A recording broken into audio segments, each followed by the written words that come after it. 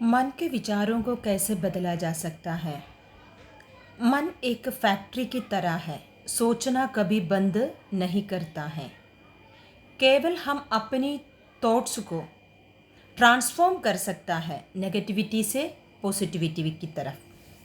हमें बहुत कुछ बचपन से अपने बड़ों ने सिखाया है, कैसे उड़ना है, कैसे बैठना है, कैसे चलना है, कैसे खाना है, कैसे पीना है, कैसे सोना है, कैसे लिखना है, कैसे पढ़ना है। लेकिन किसी ने हमें ये नहीं सिखाया कैसे सोचना चाहिए। जैसा हमारी सोच वो होगी वैसे ही हमारा फीलिंग्स होगा। I am the creator of my thoughts, अर्थात हमारी जो सोच का रचयिता हम स्वयं हैं। अब हम देखेंगे एग्जाम्पल के तौर पर एक मंदिर के वायुमंडल कैसा होता है। एकदम शांति की एटमॉस्फेयर होता है वहाँ का। क्यों?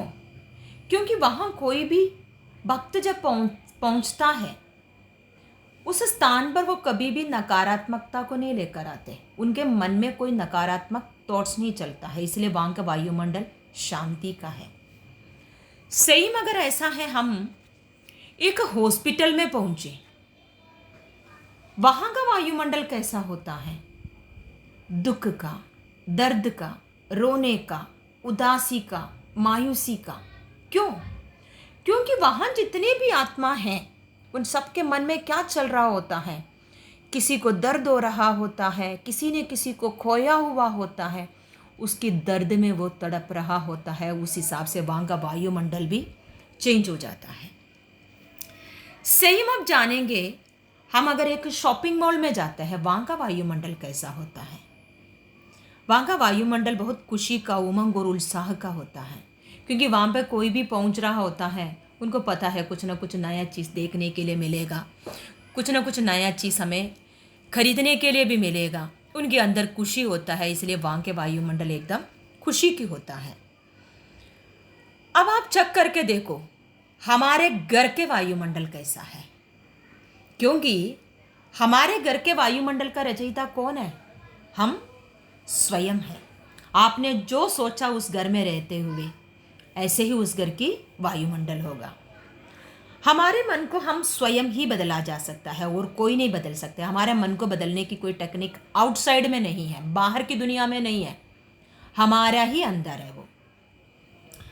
हमें अपनी मन को सिखाना चाहिए, कैसा भी परिस्थिति हो, कैसा भी हालात हो, मैं तो पॉजिटिव ही सोचूंगा या सोचूंगी। क्योंकि हम एक दिन बहुत लोगों से मिलते हैं, उनमें से एक ही व्यक्ति को एग्जाम्पल के तौर पर लो, उनसे हमारी बातचीत चला, 10 पॉइंट बातें हमने करी। उस 10 पॉइंट में से 9 बातें उन्होंने नेगेटिविटी की और एक बात उन्होंने पॉजिटिविटी की। तो आपको क्या करना चाहिए? उनके द्वारा हुई उस बात में से वो एक पॉजिटिविटी को ले लेना है, बाकी 9 को वहीं छोड़ देनी है।